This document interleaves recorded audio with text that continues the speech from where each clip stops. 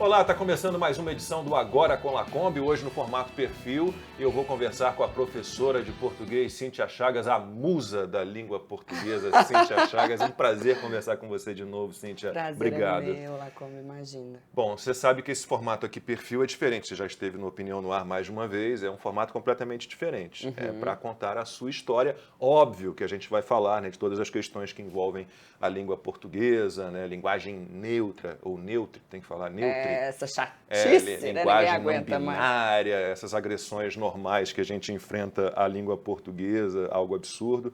Mas eu quero começar, óbvio, pela sua história. Tá Né? bom. Você é mineira, Sim. de Belo Horizonte. De Belzonte. Como é que foi a sua infância? Como é que você se definiu profissionalmente? Em que ponto da sua vida você descobriu que tinha paixão por língua portuguesa e era esse o caminho que você queria seguir?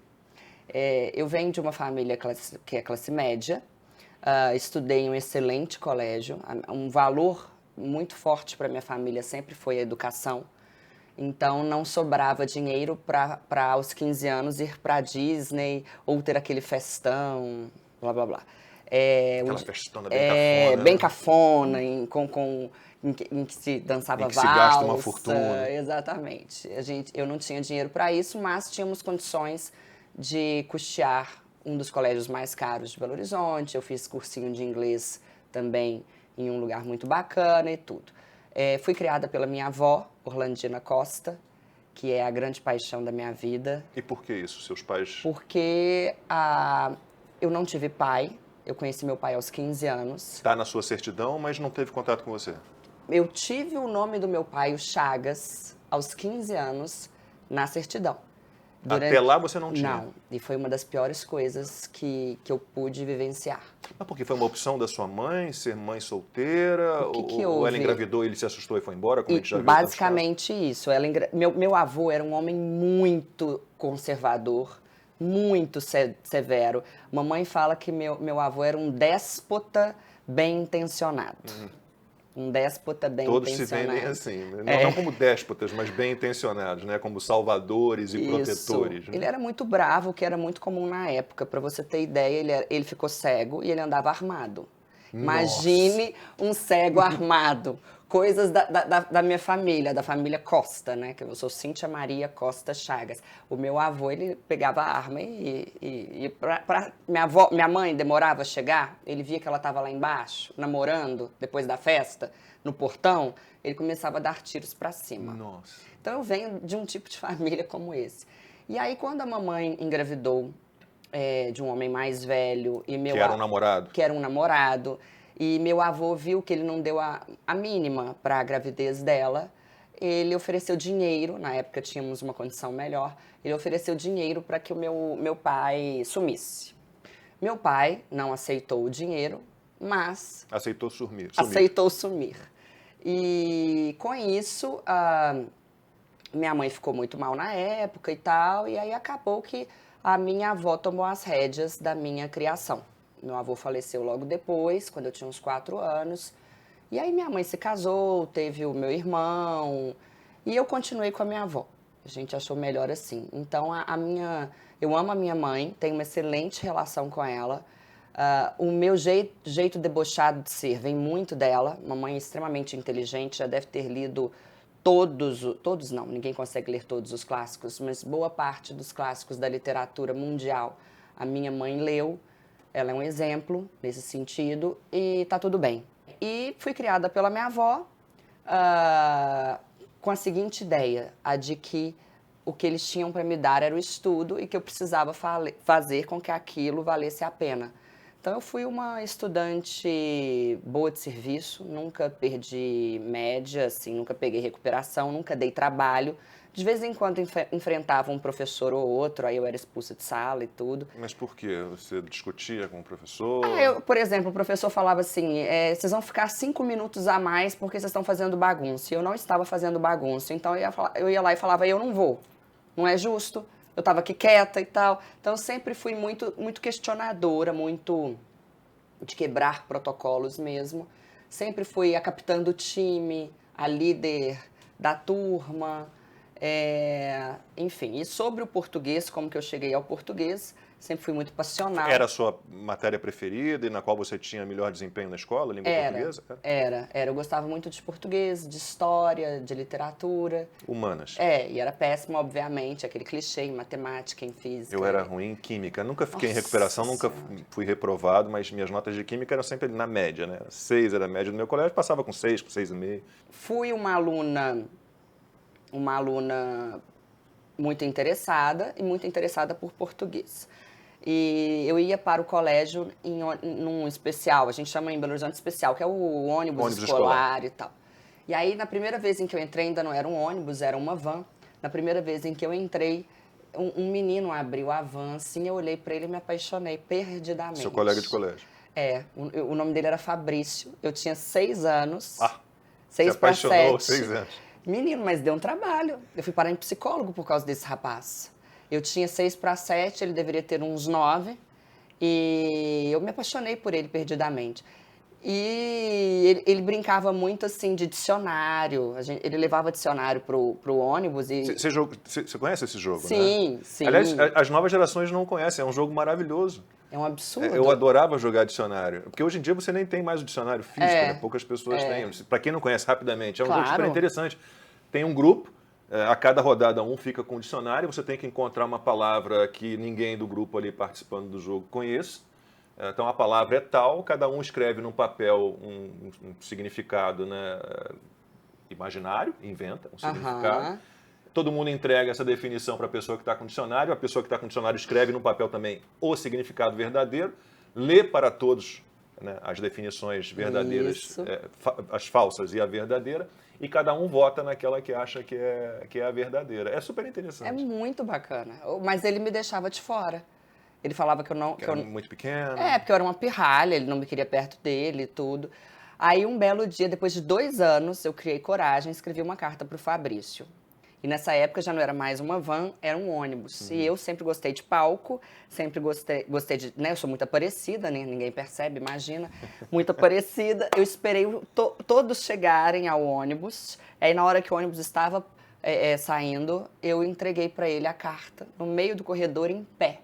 Fiz ele se levantar. Fabrício, tem uma coisa para te dar, levanta. Entreguei a carta. Quando ele pegou a carta, Fabrício estava escrito com C cedilha. Ele pegou a carta, rasgou e jogou assim pro alto e falou assim, vai estudar, sua burra. Compre um dicionário. Fabrício não é com C cedilha, é com C. E rasgou e saiu andando. E eu fiquei lá vendo aqueles papéis caírem. Enfim, voltei para casa chorando. E, obviamente, eu tinha dicionário em casa, mas aí eu queria aquele papel Bíblia, Aurélio, enorme e tal, e chorava. Enquanto minha avó não comprou o tal do Aurélio, eu não sosseguei. Aí, um belo dia, fui com o Aurélio para o colégio, falei, Fabrício, agora eu tenho um dicionário. Aí ele, e daí? Não mudou nada, você continua sendo uma pirralha. Enfim, os meninos até cantavam uma música para mim, que era Meu coração chora... Chora, chora, chora, a falta do Fafá. Não esqueço isso, gente, bullying. Nossa, muito tempo, e você lembra perfeitamente. De tudo, eu chorando, fui parar no psicólogo, enfim. Até que, com 15 anos, quando eu tinha 15 anos, eu acabei um simulado, fui a primeira a entrar no ônibus para voltar para casa, no ônibus escolar. Estava eu lá sozinha e, de repente, quem que chega? Fabrício. Já praticamente saindo da escola. Ele, né? Só ele, o ônibus vazio, eu cheguei, sentei lá no fundo, encostado assim. Aí ele chegou, e eu não sei o que houve, ele veio andando assim na minha direção, e eu estava na hora anotando alguma coisa, conferindo o gabarito de prova e tal. Na hora que eu levantei, ele sentou-se ao meu lado e me beijou. Finalmente, eu comecei a gostar dele aos 6 aos 15, 9 anos de preparação para este momento. E daí veio, então, boa parte do meu amor pela língua portuguesa, porque eu fiquei decorando palavras no dicionário. Fabrício, então, teve um papel realmente determinante na sua vida. Determinante. Você tem contato com ele ainda? Sabe, tem a localização? Falam ainda um com o outro? Eu tentei durante muitos anos encontrá-lo e não encontrava, até que eu fui dar uma entrevista para um podcast, e lá na hora ele falou, você tem foto do Fabrício? Eu falei, tenho, mostra. Eu mostrei. A ex-mulher do Fabrício é minha seguidora. E aí ela mandou um direct, eu não vi, depois mandou e-mail para minha produção, E aí me enviaram o telefone dela, eu entrei em contato com ela, entrei em contato com o Fabrício e contei tudo para ele, mas eu não estava ali para reativar um romance. Eu estava só para contar para ele a importância que ele teve na minha vida por ter me tratado tão mal assim.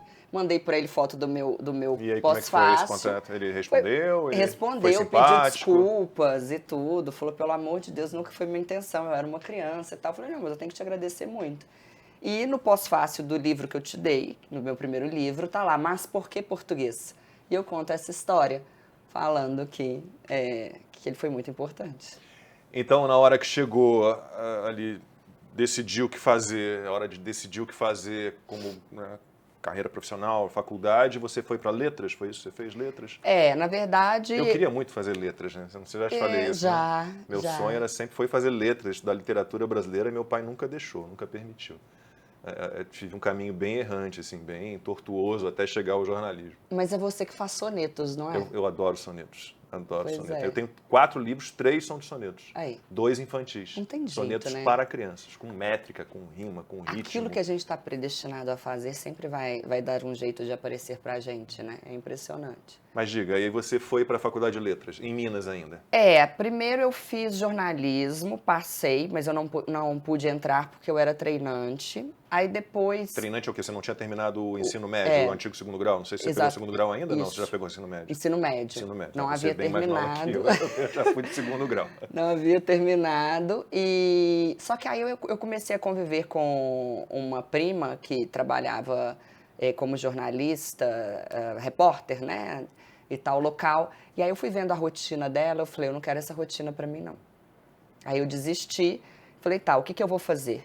E aí eu fui atrás, incrivelmente, olha que louca, quais foram os valores que eu procurei seguir para ser professora?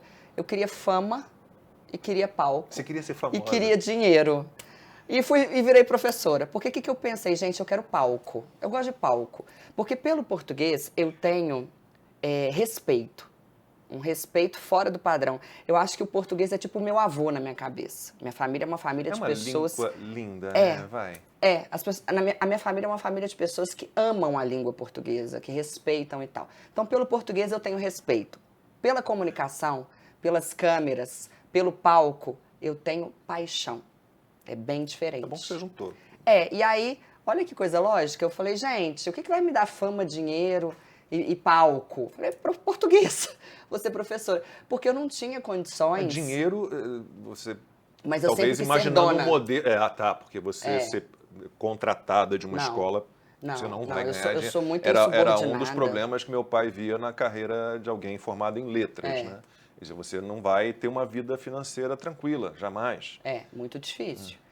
Mas eu sempre pensei, o que eu fizer eu seria melhor. Pelo menos me esforçarei para isso e tal, né? Não estou sendo arrogante, eu estou falando assim, um desejo de vida que é ser a melhor naquilo que se faz. Sim, uma questão de empenho, de disciplina. De empenho e disciplina. E então, como eu não tinha condições financeiras de pedir para minha família que eles me mandassem para o Rio, para eu tentar uma carreira na comunicação e tal, eu falei, eu vou usar o palco da sala de aula para satisfazer esse lado que eu tenho. E isso eu já pensei nisso com 18 anos, 19 anos.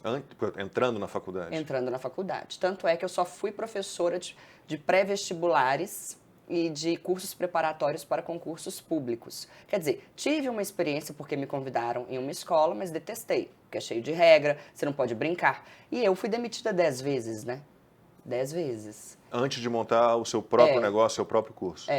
Eu trabalhei em 13 lugares, fui demitida de 10. E qual era... Um faliu ou seja, só um era meu e o outro... só um não me demitiu. E qual era a implicância contra você, digamos assim?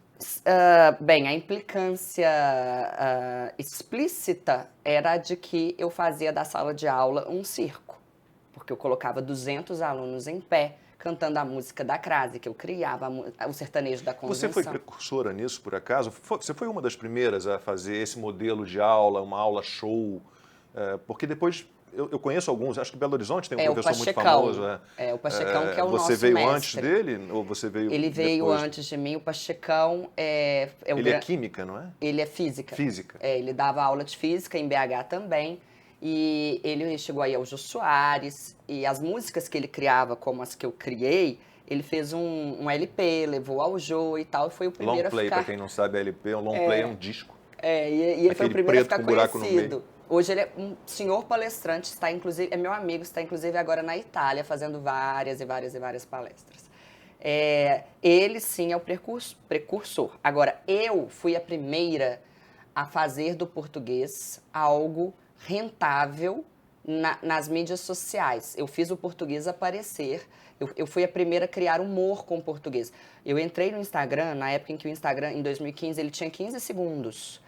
E aí eu fazia Os o quê? vídeos tinham no máximo No feed. 15. Ah, tá. O que a gente tem de um story era o feed, 15 segundos. Bem-vindo ao podcast Língua Sem Vergonha, filho de Deus. Esse podcast maravilhoso que trata exatamente da sua língua, a portuguesa, que é sem vergonha. Hoje nós vamos começar com o assunto crase. Sim, meu filho, crase. E aí eu me lembrei da Ruth e da Raquel, as gêmeas. Que lembra? agora a Pires fez, Isso. E contratei um cara, falei, eu quero entrar no Instagram e tal, meu cursinho já era um sucesso. E eu conto essa história dizendo o seguinte, toda mulher, quando chega a um certo patamar financeiro e profissional, ela quer se casar. E eu não queria me casar, eu não queria ter filho. E eu estava em BH e eu não tinha mais como crescer. Depois dessas 10 demissões... O seu curso, desde o início, ele financeiramente foi positivo? Foi você maravilhoso. viveu bem, conseguiu criar um patrimônio por conta dele? Sim. Não vou falar um patrimônio, mas eu Mas consegui... encaminhou na sua vida. Eu consegui ter uma vida... Por exemplo, se eu vi a neve alguma vez na minha vida, foi porque eu paguei. Eu não tive família para pagar isso para mim. Então, durante muitos anos, eu viajava 4 vezes por ano para o exterior, sozinha, eu e Deus, para vivenciar coisas que eu não havia vivenciado. E até também, como eu sempre tive uma visão de que um dia eu chegaria lá, seja lá o que esse lá vá ser, porque o lá nunca chega, né? A gente nunca chega. Eu sempre falei, eu sei que eu vou conviver com pessoas que viajaram, que fizeram, que aconteceram, então eu vou viajar porque eu quero estar numa roda com pessoas e quero poder falar do que eu acho de Paris, do que eu acho de Londres. E passei anos da minha vida me dedicando a esse crescimento que eu entendo que é um crescimento cultural, de viajar, e viajei muito. Então, meu cursinho, ele me deu a possibilidade de expandir o que eu tenho de cultura em termos de viagens, sabe? Eu não tive nenhum dó, e dó é masculino, eu não tive nenhum dó. Nenhum dó. É estranho. Em investir financeiramente nisso. Bem, aí o meu cursinho já estava bem, eu tinha uma lista de espera de 2 anos, era um curso preparatório de redação para meninos que iam tentar medicina. Então era muito específico. Dificílimo. Então era bacana demais, enfim. Eu já havia feito aquelas aulas na balada, que foi o motivo... Quando que eu fiquei conhecida? Quando eu fui capa do G1, numa aula na balada que eu dei, eu mesma criava a aula. Então você levava os alunos para um ambiente de balada ou você transformava, porque eu vi também já salas de aula transformadas em ambiente de balada? Você levava os alunos para balada sertaneja, para tudo que era tipo de balada, só não havia bebida. Mas assim, fumaça, DJ, hostess, pulseirinha. E já fiz de manhã, já fiz à tarde, já fiz à noite, já fiz até no Dia dos Mortos. Iniciei eu lá no palco, falando, o povo tá morto, mas a gente tá vivo. Vamos passar nesse vestibular aí, sabe? Enfinados. E pra mim era uma alegria, porque era a hora em que eu tinha meu palco. Então, às vezes eu tava... Ser atriz não passou pela sua cabeça? Não. Eu sempre pensava que eu não ia querer beijar um pouco. Acho estranho você ter que beijar uma pessoa. Não quero. Não quero. Ai, meu Deus. Nunca quis. Então era um momento em que eu tinha meu palco. E havia anos em que eu fazia 3 vezes no ano. E os alunos achavam que eu estava fazendo por eles. Não, eu estava fazendo por mim. Porque eu chegava lá achando que eu era Beyoncé, sabe? Toda, maquiada, salto. E depois eu achava que eu era o Jô Soares. Eu fazia assim, tuf. Aí as luzes... Alguém acendia as luzes, havia um quadro enorme e eu começava a dar aula, e dava muita aula, e era beneficente. E um desses se tornou capa do G1, em 2013. 15. E aí foi quando eu já havia começado... Em 2015 foi o meu ano. Aí eu já havia começado no Instagram. Comecei com 1.000 seguidores no início de 2015. E criei essa personagem, Ruth Raquel. Era eu aqui, ó, de chuquinha, imitando uma criança. Essa criança se chamava Duda. Era uma adolescente politicamente incorreta. Nessa época eu já sofria perseguição dos progressistas. Por quê? Já aí? Porque veja bem, quem que eu era? Para os professores da época, eu era a encarnação do demônio. Porque eu era de direita, assumidamente, sempre fui de direita. Aliás, coloquei verde hoje em sua homenagem. Eu era de direita. Eu era considerada por todos eles uma pessoa fútil, por ter valores ligados à vaidade, por gostar de uma bolsa bacana, por gostar de um relógio bacana. Eu sempre fui assim. Eu dava aula show. Então, para eles, eles me comparavam muito ao McDonald's. Eles falavam que eu entregava tudo pronto e que eu não promovia a discussão. Eles falavam que eu não promovia o verdadeiro debate e tal. Você não era um Paulo Freire da vida? Na verdade, eu não fumava maconha e ficava discutindo Platão, sei lá o quê, entendeu? Eles devem estar fazendo isso até hoje. Com certeza, eles estão lá fumando a maconha deles, falando de Baudelaire, de não sei o quê. E eu tô aqui, linda, maravilhosa, magra, ganhando dinheiro, famosa, sendo entrevistada pelo Lacombe. Desculpa. Então, assim, quem acertou aí, né? E eles tanto fizeram que eles chegaram até a me levar ao Ministério Público da Educação. E aí foi arquivado. Proibir que você atuasse como professora? Sim. Nossa, que Queriam absurdo. proibir que eu atuasse Os como democratas, professora. né? Então, que houve? Quando eu resolvi criar a Duda, eu já sabia que eu sofreria algum tipo de perseguição. E aí eu falei, já sei, então eu vou criar uma personagem, porque por meio dessa personagem eu vou conseguir falar o que eu quero. Porque se eu chegar lá com a cara de Cíntia, não vou conseguir. Aí a Duda chamava todo mundo de burro, você errou isso, não sei o quê, nananana. E eu fazia os outros personagens também. Então filmava de um lado a Duda e filmava a mãe. A mãe fala, Duda, vá até a padaria e traga 300 gramas de mussarela. Aí a Duda falava, ai mãe, ô velho, não aguento ver nessa casa, 300, ai, Ou detesta minha grama, vida. a grama, são coisas Isso. diferentes. E eram 15 segundos. Então eu tinha 15 segundos para ensinar de modo divertido. Nossa. E aí, obviamente, aí nisso eu fui precursora. Obviamente, eu fui muito criticada, todo mundo, né? O que me deu mais crítica? O que rendeu crítica? Essa personagem e as aulas na balada. Quando eu fui capa do G1, os comentários das pessoas eram ela quer sair na Playboy, ela quer isso, ela quer aquilo, é uma parecida, coloca melancia na cabeça e tal. Só que o que eu queria? Eu queria, Lacombe, estar aqui hoje, com uma pessoa como você. Eu queria, eu estava enxergando sempre lá na frente, 5 anos na frente. Então, o que eu quis com isso tudo? Eu quis levar o português para as pessoas das mais variadas classes, que hoje o meu curso, que é o Fale Direito Brasil, é um curso que já ganhou aquela placa do Hotmart, por ter feito mais de R$1 milhão no ano passado. Nossa. É um curso maravilhoso, que não custa nem R$50 por mês, que faz com que barato perto do que existe aí de oferta, não bem barato. E que faz com que a pessoa aprenda a crase, a vírgula, o uso do porquê, o uso do esse, do aquele. E as pessoas, elas não percebem que isso não é uma bobagem.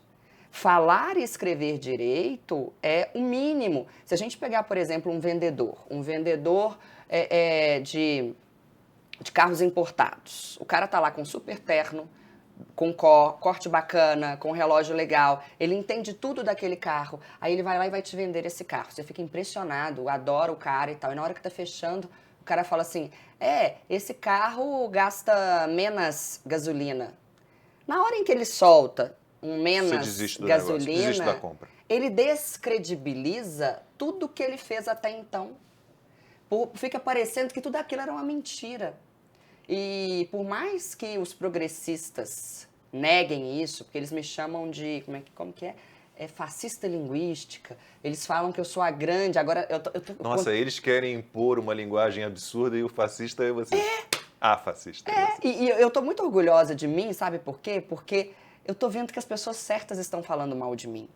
Eu soube que, quer dizer, soube agora não, né? Eu sempre ouço que os professores de faculdade, das faculdades de letras e tal, os progressistas, eles falam que eu represento a disseminação do preconceito linguístico. E eu amo ouvir isso. Porque se eles estão falando isso, é porque eu estou fazendo a coisa certa. Porque o que eles colocam como preconceito linguístico? É falar que o outro está falando errado, que isso seria preconceito. Por eles, todo mundo continua falando errado. Quando eu dei aula em colégio, que foi uma experiência horrorosa, eles me proibiram, e é um dos motivos da minha demissão, eles me proibiram de falar assim, gente, a gente vamos, é errado, não pode. Eles queriam que eu falasse assim, a gente vamos, ocorre um desvio da norma culta, que é uma variante linguística de maior prestígio, porque quem teve acesso à norma culta é quem tem dinheiro. Agora, a gente vamos está corretíssimo, só não use na frente de um juiz, num contexto mais formal. E eu não fazia isso. Eu falava, tá errado, ninguém vai falar assim perto de mim, blá, blá, blá. Então, por isso eles falam que eu fomento o preconceito linguístico, quando, na verdade, o que eu faço é ajudar as pessoas a ascenderem econômica e socialmente. Porque a ascensão econômica, você sabe disso, porque você tem um excelente português, você não teria chegado aonde você chegou sem esse português, ela passa pela forma como a gente fala, não é só pela forma como a gente se veste, não é só pela aparência, a ascensão econômica, ela passa pela forma como nós falamos.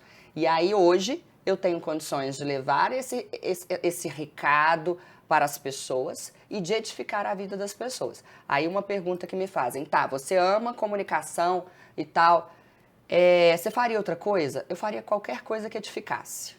Eu não toparia, por exemplo, ser apresentadora de um programa de variedades à tarde e falar assim, vamos ver agora como vai Dona Josefa, que cria 47 gatos. Eu não faria isso. Entende?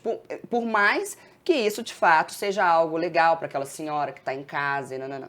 Mas eu, Cíntia, eu preciso fazer uma diferença um pouco maior na vida das pessoas. Então, posso posso até parar de dar aula um dia, posso, desde que seja para algo que edifique. Bom, daqui a pouco a gente vai entrar nessa questão de linguagem neutra, linguagem não binária, né, os erros mais comuns que as pessoas cometem na língua portuguesa. Mas eu estou aqui pensando, você é uma mulher muito bonita, muito charmosa. Aconteceu de você, professora, ter lá as suas Cíntia Chagas em relação ao Fabrício? Quer dizer, de repente, num dia, vou usar uma figura de linguagem, maçãs sobre a mesa que os alunos levavam, ou algum aluno que tenha se apaixonado por você e isso tenha, de alguma forma, criado alguma situação delicada? Não. Quando eu fui ao Danilo Gentili, me fizeram essa pergunta, eu dei uma resposta que foi muito engraçada. Que foi a seguinte, os meninos, se eles se apaixonaram por mim em algum momento, eles guardaram isso para eles. Até porque eu sempre fui Ninguém muito... escreveu cartinha para você? Não. Houve um aluno, está no meu primeiro... Com S, por exemplo? Não. Houve um aluno, o nome dele é Wilson. No último dia de aula, eu dava aula em um pré-vestibular, eu ainda não tinha o meu. Ele chegou até mim e falou assim, esse menino até já passou em medicina, acho que já se formou em medicina. Ele virou pra mim e falou assim, professora, é o seguinte, eu queria te pedir uma coisa. Aí eu falei, o quê, Wilson? Aí ele, sabe essa bota aí que você vem de vez em quando, bota montaria? Eu falei, sei. Não vem mais não, no ano que vem.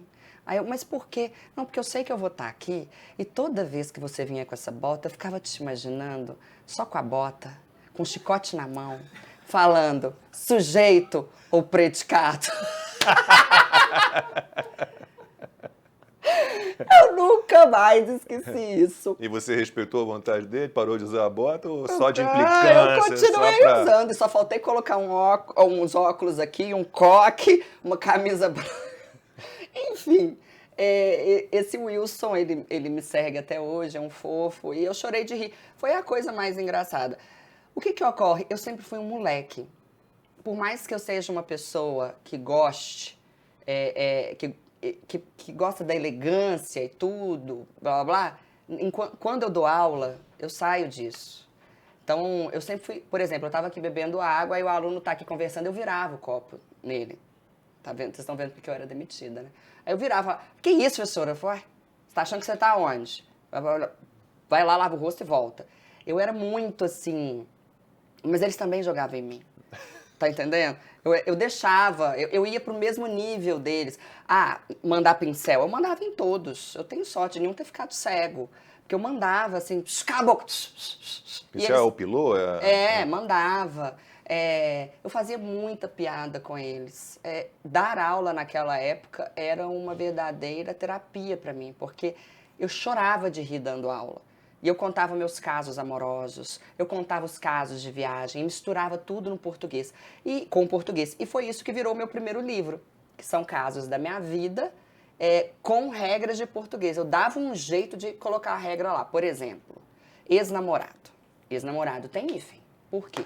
Porque ex é uma coisa tão ruim, mas tão ruim, mas tão ruim, que precisa de um hífen para afastar. Entendeu? Aliás, ex-marido não tinha que ter hífen, tinha que ter travessão, que é para ficar longe.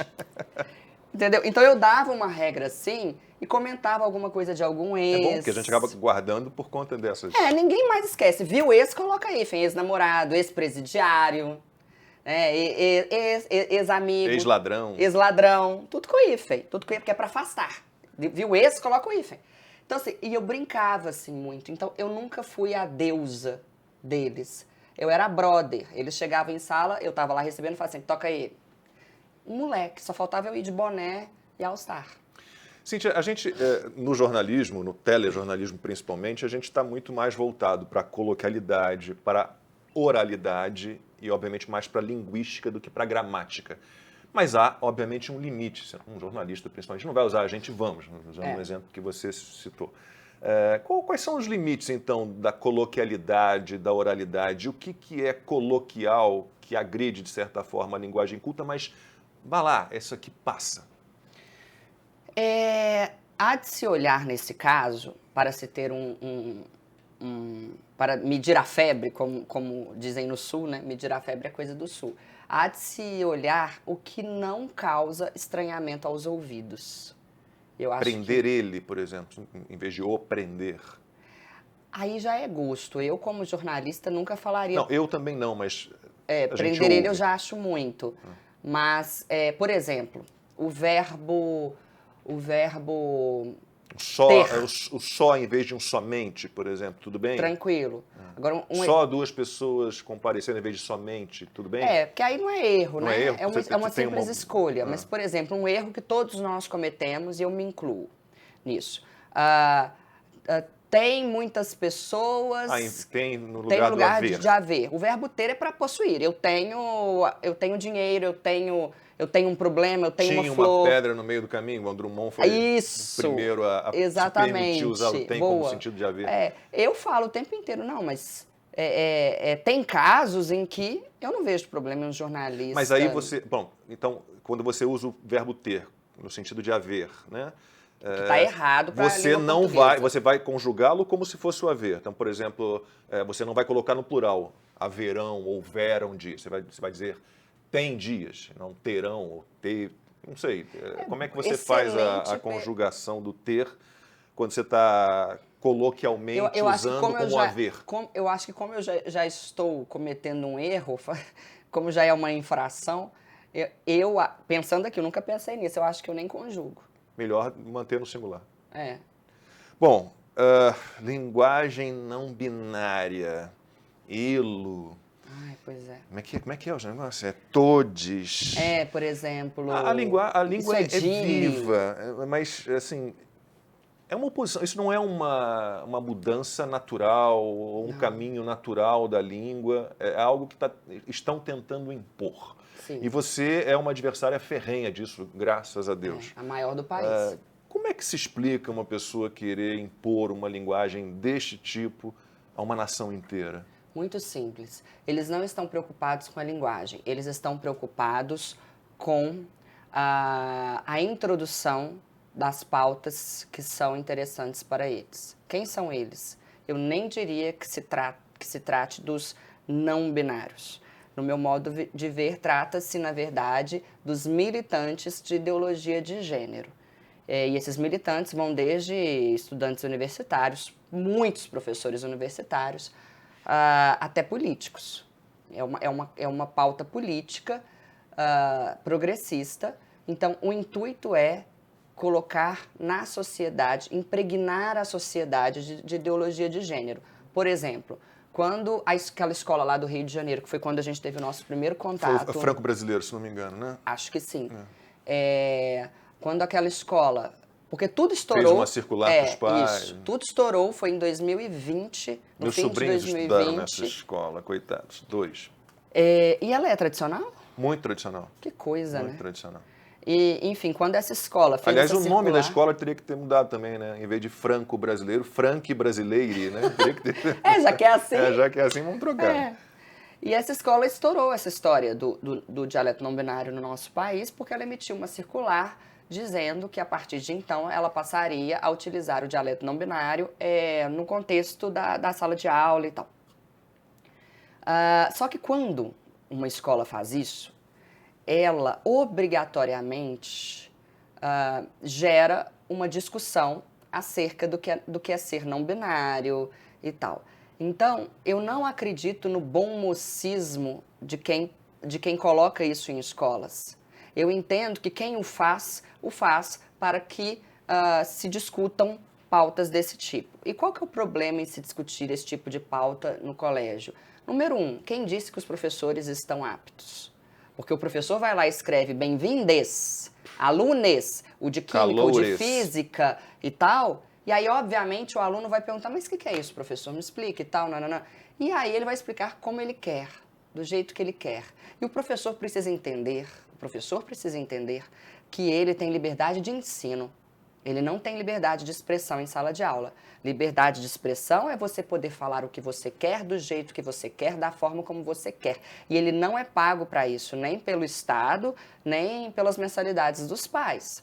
Então, o que eu entendo é que se trata de uma atitude sorrateira para, paulatinamente, colocarem aí o dialeto não binário, não dialeto, a discussão sobre o dialeto não binário em sala de aula. E tem aquela história também chata de palavras que eles querem que a gente não use mais. Então começa como é que é?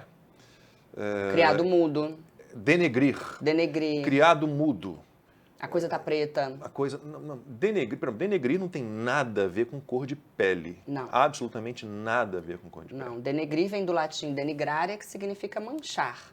Então, se eu digo que a imagem de alguém foi denegrida, eu só quero dizer que a imagem dessa pessoa, que era translúcida, clara, clara no sentido de você conseguir enxergar, que agora ela apresenta manchas. Não tem nada a ver com negro. A coisa está preta. Preto é a antítese de branco. Se eu digo que a coisa está preta, é porque eu não estou enxergando claridade, não há luz suficiente para que eu ache uma solução, para que eu resolva algo e tal.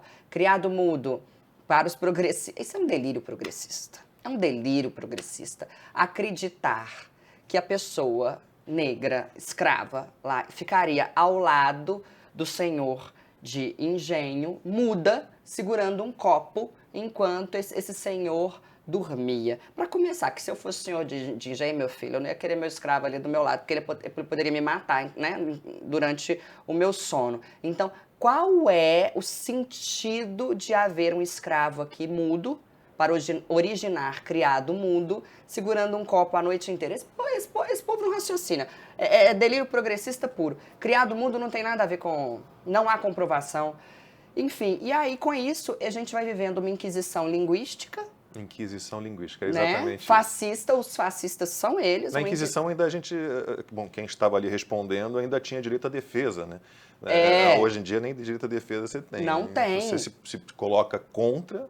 O que eu não recebo de directs de pessoas assim, professora, será que eu posso falar assim? Alguém vai se ofender? Porque aí qual que é o problema, que eu acho que é criminoso? As palavras têm história, elas têm história, elas existiram, elas cumpriram um papel e vão cumprir, enfim. Apagar palavras é apagar a nossa história, é um ato criminoso. Por exemplo, o verbo judiar.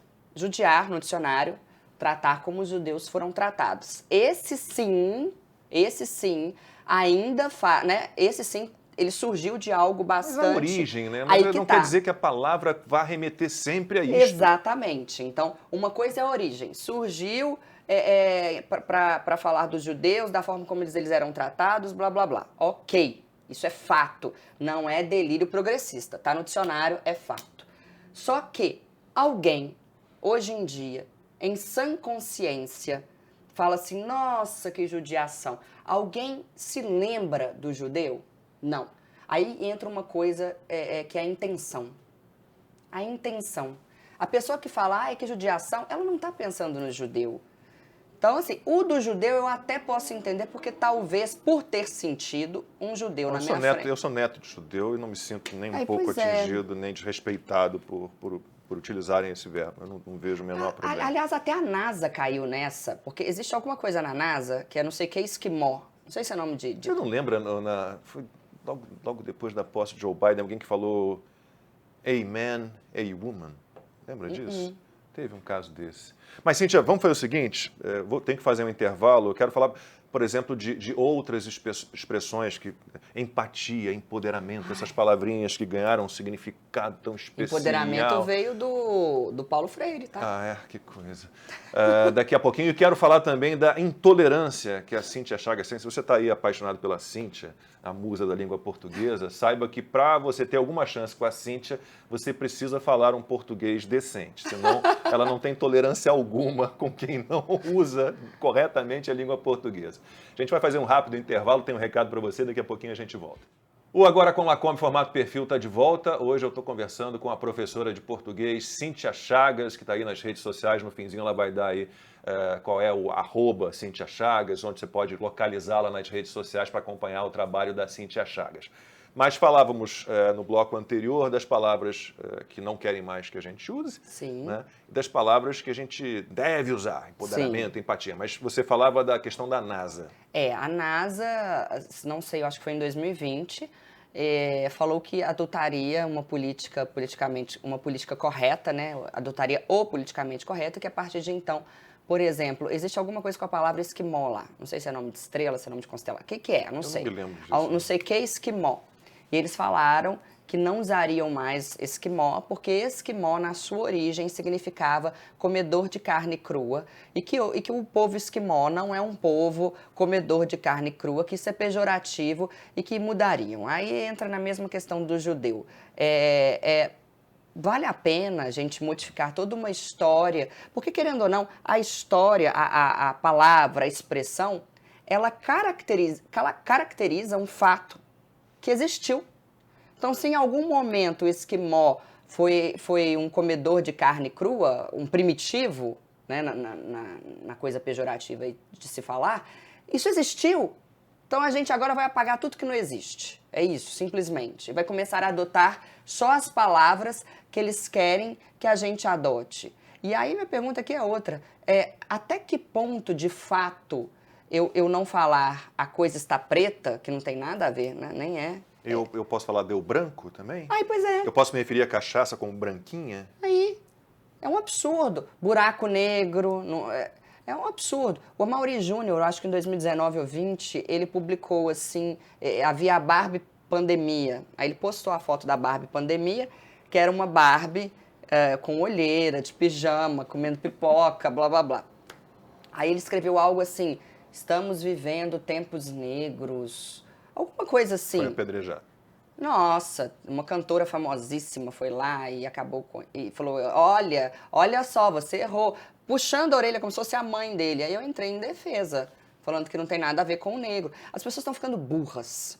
A verdade é essa. As pessoas estão emburrecendo. O politicamente correto nada mais faz do que emburrecer as pessoas e dividir as pessoas.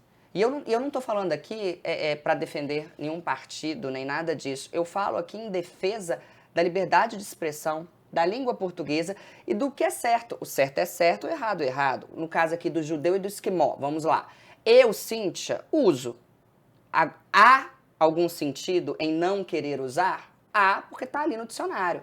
Agora, o que não dá para aceitar são os delírios progressistas. Black Friday. Nossa, acharam problema até nisso. O CEO do Boticário, acho que também em 2020, falou que não utilizaria mais Black Friday, porque alguns negros se sentiam ofendidos. Ainda que ele, CEO, soubesse que não havia comprovação de que black nesse caso, tivesse a ver com negro. Enfim, e não há nenhuma comprovação, mas a teoria mais plausível é de que Black Friday tem a ver com o quê? com o dia em que se saía do vermelho, por causa das promoções, os comerciantes saíam do vermelho e iam para o preto. Preto no sentido de sair do vermelho, de parar de dever.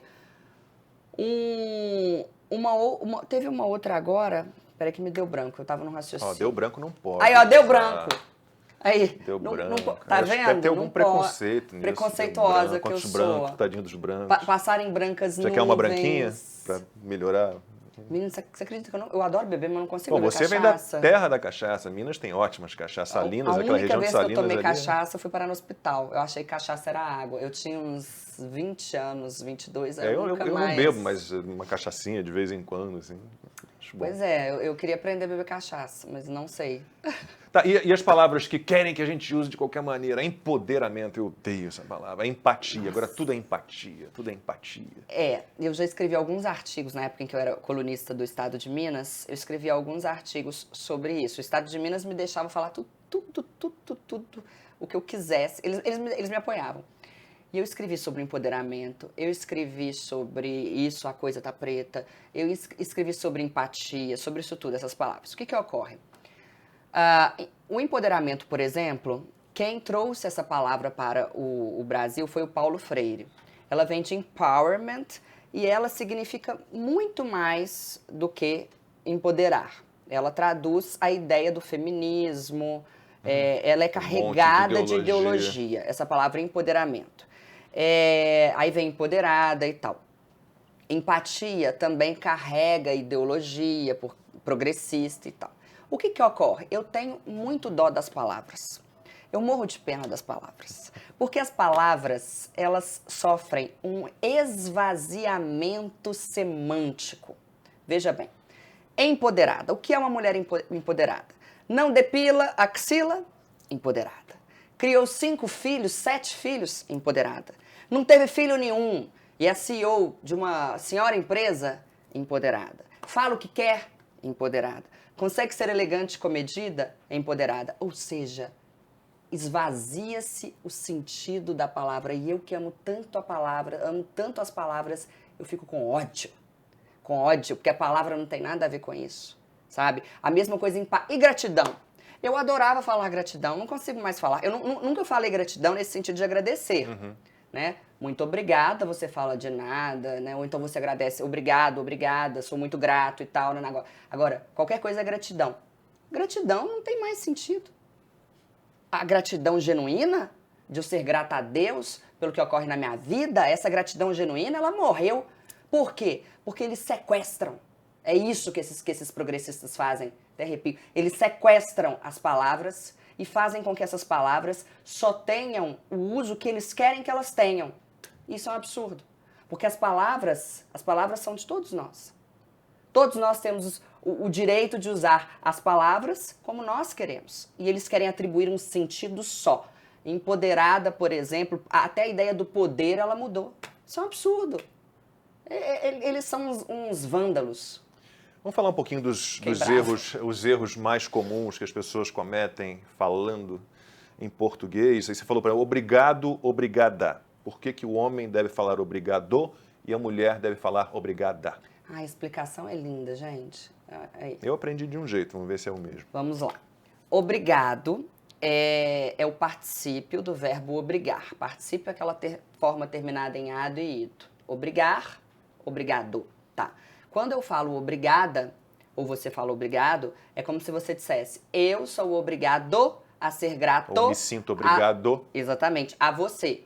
Ali agradecer. Exatamente. Por isso que quando eu falo, eu sou mulher e vou usar o obrigado, eu preciso falar obrigada, porque a ideia é de obrigação.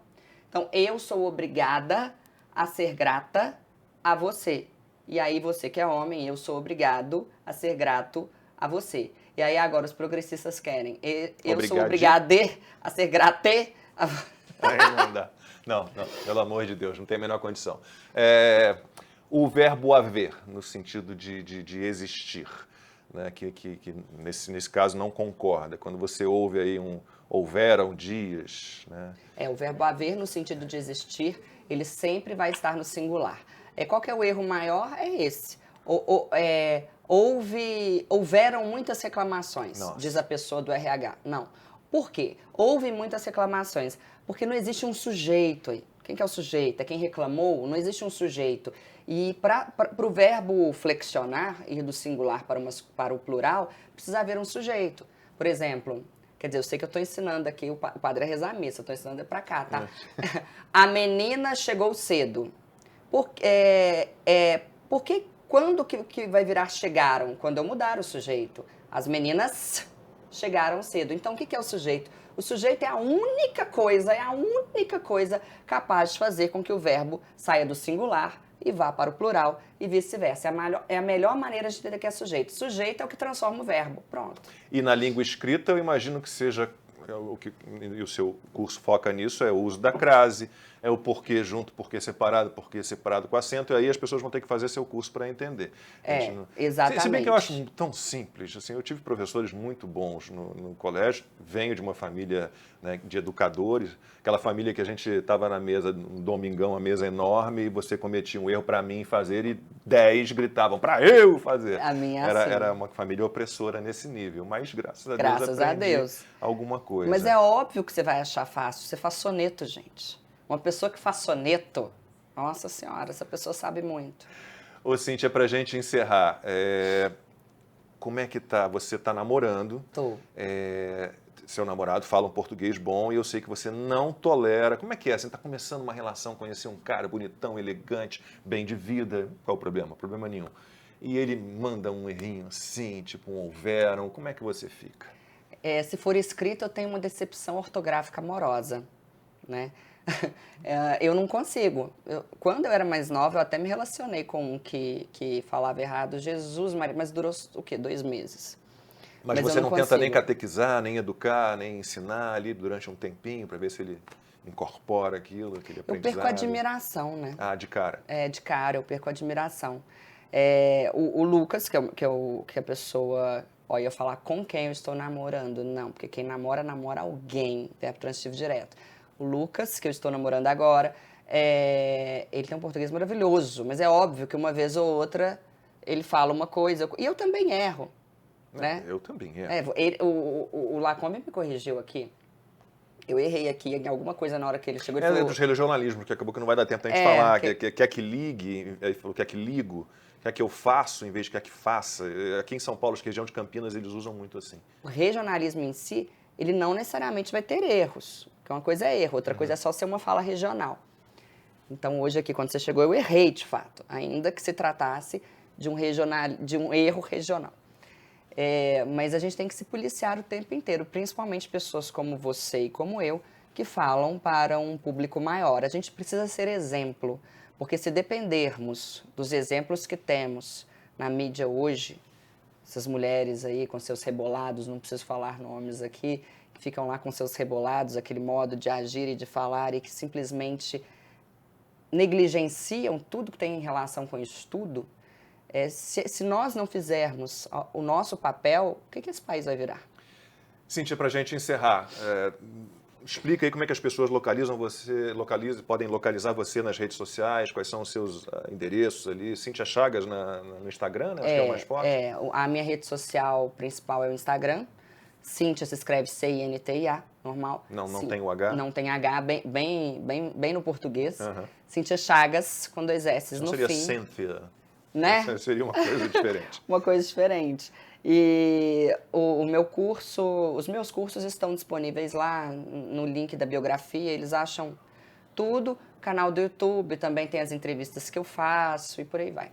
Vale muito a pena. Cíntia Chagas, muitíssimo obrigado pela sua entrevista. Eu que agradeço. Obrigado. Marauquê, maravilhosa.